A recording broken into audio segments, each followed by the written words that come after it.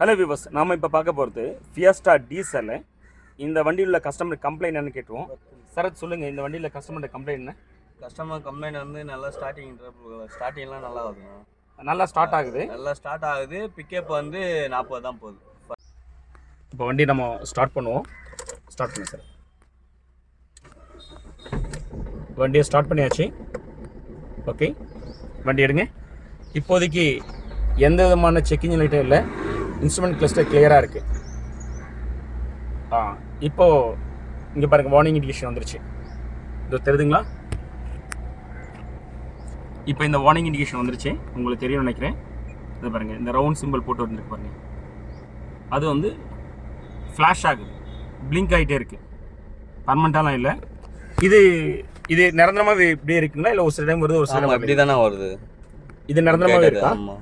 Okay, so இது நிரந்தரமாகவே இருக்குது அப்படின்னாங்க. ஓகே, அப்போ நம்ம கார் ஸ்கேன் பண்ணி பார்த்துலாம். இப்போ நம்ம கார் ஸ்கேன் பண்ணி பார்த்ததில் இவ்வளோ எரர் கூட இருக்குது பிசிஎம்மில். சரியா? கிளச்சு சுவிட்ச் சிக்னல் இம்ப்ளசிபிள் இருக்குது. இதை நம்ம வந்து பார்த்தோன்னா இம்பார்ட்டன்ஸ் கொடுக்க போகிறதில்ல. ஏன்னா இப்போ நம்ம சொல்கிற ப்ராப்ளத்துக்கு இதுக்கும் சம்மந்தம் கிடையாது. இது ப்ராப்ளம் தான், ஆனால் இப்போ நம்ம சொல்கிற ப்ராப்ளத்துக்கான கான்ட்ரிபியூஷன் ஃபேக்டர் இது இல்லை. பிரேக் சுவிட்ச் ஏபி கோரிலேஷன்ஸ் இதுவுமே நான் கான்சென்ட் பண்ண போகிறதில்ல. இதுவுமே கோரிலேஷன் கிடையாது. எக்ஸாஸ்ட் கேஸ் ரீசர்க்குலேஷன், எஸ், இது வந்து பிக்கப்புக்கு இஷ்யூ இருக்கலாம். ஆனால் இந்த ஒரு ரவுண்ட் சிம்பிள் போட்டு பிளிங்க் ஆகுது, அது இவ்வளோ மோசமான வந்து பார்த்தோன்னா வண்டி ப்ராப்ளம் இருக்கு இல்லையா, அதுக்கு இது காரணம் கிடையாது. ஸோ இதுவுமே P042E EGR exhaust gas recirculation control stuck open இருக்கு இல்லையா, ஸோ இதுவுமே வந்து பார்த்தோன்னா இவ்வளோ பெரிய மோசமான ப்ராப்ளத்துக்கு இது காரணம் கிடையாது. ஸோ இதையும் நான் இக்னோர் பண்ணிடுறேன். எம்இஎஃப் சென்சார் டிஸ்கனெக்ட் பண்ணியிருக்கா? அது நேற்று கழட்டி செக் இது ரெஸ்டாப் மாட்டாச்சு. ஓகே, இப்போ இந்த கேரேஜில் எம்இஎஃப் சென்சாரை கழட்டிட்டு திரும்ப ரீஃபிக்ஸ் பண்ணியிருக்கேன். அதனால் எரர் கூட வந்திருக்கு. ஸோ அதனால் இதையும் நான் இக்னோர் பண்ணிடுறேன். இன்டேக் ஏர் டெம்பரேச்சர் சென்சார் இதுவுமே அது மாதிரி தான். அந்த சென்சார் கட்டும்போது இதுவும் அதுக்கு சேர்ந்து கழண்டிருக்கு. அடுத்தது ஜென்ரேட்டர் ஃபீல்ட் டெர்மினல் சர்க்கியூட்லும் இதுவும் ப்ராப்ளம் தான். ஆனால் இப்போ நம்ம சொல்கிற ப்ராப்ளத்துக்கான கான்ட்ரிபியூஷன் ஃபேக்டர் இது இல்லை. செகண்ட் இதோட இருக்குது ஜென்ரேட்டர் ஃபீல்டு டெர்மினல் சர்க்கியூட்லும் இதுவுமே அதோட கான்ட்ரிபியூஷன் ஃபேக்டர் இல்லை. பட் நான் இக்னோர் பண்ணிடுறேன் இப்போதைக்கு. ஆனால் இப்போது சொல்கிறேன் பாருங்களா, இந்த டிடிசி இதெல்லாம் வந்து சிக்னிஃபிகண்ட் டிடிசி கோடு. இதெல்லாம் பார்த்தீங்கன்னா cylinder 3 injector circuit open or shorted and then injector 3 circuit error. இது ரெண்டும் வந்து பார்த்தோன்னா மேஜர் கான்ட்ரிபியூஷன் ஃபேக்டர். இப்போ இவ்வளோ மோசமான ஒரு பிக்கப் இஷ்யூ, வண்டி தடன்னு அடிக்குது இல்லையா, அதுக்கான காரணம் இதுதான். இது ரெண்டுத்தையும் சால்வ் பண்ணால் இந்த வண்டி கம்ப்ளீட்டாக ப்ராப்ளம் சால்வ் ஆகிடுமா கேட்டால் கிடையாது. ஆனால் பேசிக்ஸாக வந்து இப்போ இந்த ப்ராப்ளம் சால்வ் ஆகிடும். அதுக்கப்புறம் இந்த ப்ராப்ளத்தெலாம் என்னென்ன எதுன்னு பார்க்கலாம். இப்போ நம்ம ஸ்கேன் பண்ணி பார்த்தல சிலிண்டர் 3 இன்ஜெக்டர் சர்க்கியூட் தான் சொல்லியிருக்கு, ஓப்பன் சொல்லி காட்டிருக்கு. ஓப்பன் ஆர் ஷார்ட்னு சொல்லிட்டு இந்த இன்ஜெக்டர் 3 ஃபால்ட்டுன்னு சொல்லி காட்டல. நிறைய நேரம் நீங்கள் என்ன பண்ணீங்கன்னா கார் ஸ்கேன் பண்ணால் டேரெக்டாக கார் ஸ்கேன் கண்டுபிடிச்சி சொல்லிவிடுவோம் எந்த பார்ட்டு ஃபால்ட்டுன்னு சொல்லிட்டு. எப்படி மெக்கானிக்ஸும் நிறைய நம்புறீங்க, ஈவன் இந்த கார் ஓனர்ஸும் நிறைய பேர் நம்புகிறாங்க. சரியா? ஆனால் அந்த மாதிரி கிடையாது. அது ஒரு சிஸ்டம் ஆர் சர்க்கியூட்டை தான் அது மென்ஷன் பண்ணோம். அதில் இருக்கிற காம்பவுண்ட்ஸ் நம்ம வந்து டீகோட் பண்ணி அதில் எது ஃபால்ட்டுன்னு சொல்லி நம்ம கண்டுபிடிக்கணும். ஸோ இன்ஜெக்டர் 3 ஷார்ட்டடாக ஓப்பன்னா 3 ப்ராப்ளம் இருக்கலாம். ஒன்று இன்ஜெக்டர் ஃபால்ட்டாக இருக்கலாம், இல்லாட்டி ஒயரிங் சர்க்கியூட் ஃபால்ட்டாக இருக்கலாம், இல்லை இசிஎம் ஃபால்ட்டாக இருக்கலாம். சரிங்களா?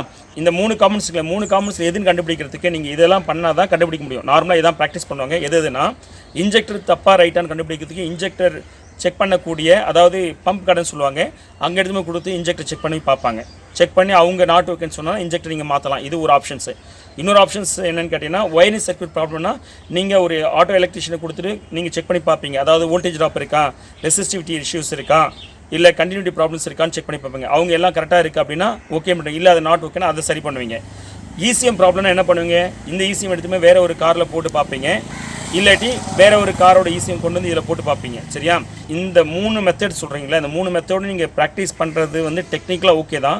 ஆனால் அதில் ஹை ரிஸ்க் இருக்குது. என்ன ரிஸ்க் இருக்குது அப்படின்னா, ஒருவேளை இந்த இன்ஜெக்டர் நல்ல இன்ஜெக்டர் எடுத்துமே செக் பண்ண குடிக்க டவுட்டில் அப்படின்னா அந்த இன்ஜெக்டர்ஸ் ரிப்பேர் பண்ணுறாரு இல்லையா, அவர் சரியான மெக்கானிசமோ சரியாக மெத்தடோ எதுவுமே சரியாக ஃபாலோ பண்ணல, இல்லை வச்சிடல அப்படின்னா நீங்கள் கொடுத்த நல்ல இன்ஜெக்டர் ஃபால்ட் ஆகிடும். சரியா? அப்போது ப்ராப்ளம் ஏங்கிறது ப்ராப்ளம் ஏவோட சேர்ந்து இன்னொரு B ஒன்று ஆட் ஆகிடும். ஓகே, அடுத்தது இசிஎம் இருக்குல்ல, இதை கொண்டு போயிட்டு வேறு வண்டியில் நீங்கள் போட்டு செக் பண்ணி பார்க்குறீங்க அப்படின்னு வச்சுக்கோங்களேன், இதில் ஒரு ரிஸ்க் இருக்குது.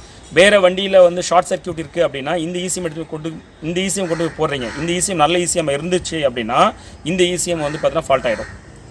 இன்னொரு ப்ராப்ளம் இருக்குது. இந்த இசிஎம் ஃபால்ட்டாக இருந்து நீங்கள் எடுத்துமே வேறு ஒரு வண்டியில் போகிறேன்னு வச்சுக்கோங்க, அந்த ஒயரிங் சர்க்யூட்டில் பிரச்சனை வரதுக்கு வாய்ப்பு உண்டு. ஸோ இதுவுமே வந்து ஹைலி டேஞ்சரஸ். மூணாவது ஒயரிங் சர்க்யூட் செக் பண்ணுறதுக்கு நீங்கள் ரெசிஸ்டிவிட்டி வோல்டேஜ் ட்ராப் டெஸ்ட் எல்லாம் பண்ணுவீங்க. அது கரெக்டான மெத்தட் தான். அதில் ஒரு ப்ராக்டிகல் டிஃபிகல்ட்டி என்ன இருக்குன்னா நீங்கள் இந்த கம்ப்ளீட் ஒயரிங் எல்லாம் நீங்கள் டிஸ்அசம்பிள் பண்ணணும். அது ரொம்ப வந்து பார்த்தீங்கன்னா எக்ஸ்பென்சிவான அகைன் காம்ப்ளெக்ஸாக இருக்குது. என்னென்னு கேட்டால் சில நேரம் நான் கழட்டி நம்ம பண்ணும்போது வந்து அதில் சில தப்பு வந்து என்ன ஆகும், உங்களுக்கு A problem, B problem, C problem add ஆகும். ஸோ இப்போ நான் அந்த 3 மெத்தடும் ஃபாலோ பண்ண போகிறதில்ல, ஏன்னா அது எக்ஸ்பென்சிவ் அகைன் வந்து பார்த்தீங்கன்னா காம்ப்ளெக்ஸான விஷயன்றதுனால இப்போ நான் வேறு ஒரு மெத்தடில் பண்ண போகிறேன். அது என்ன பண்ணால் ஸ்வாப் அனாலிசிஸ். அதில் என்ன பண்ண போனால் இன்ஜெக்டர் 4 கனெக்டர் 3 இன்ஜெக்டர் 3லையும் இன்ஜெக்டர் 3 கப்ளர் 3 இன்ஜெக்டர் 4லையும் போட்டுட்டு நான் ஸ்வாப் அனலைஸ் பண்ண போகிறேன். இங்கே பார்த்தீங்கன்னா தெரியும் உங்களுக்கு, இதை நீங்கள் பண்ணியிருக்க பாருங்க. இந்த ஒயர் இது வந்து ஆக்சுவலி இன்ஜெக்டர் 4க்கு போகக்கூடியது, அதாவது சிலிண்டர் நம்பர் 4க்கு போக வேண்டியது. அதை தூக்கிட்டு வந்து நான் சிலிண்டர் 3ல கனெக்ட் பண்ணியிருக்கேன். இது இந்த ஒயருக்கு பார்த்தீங்க, இந்த கனெக்டர் இது வந்து இன்ஜெக்டர் 3, அதாவது சிலிண்டர் 3ஓடது தூக்கி சிலிண்டர் 4ல போட்டு இப்போ நான் காரை வந்து ஸ்டார்ட் பண்ணிட்டு டயக்னோஸ் பண்ணி பார்க்குறேன்.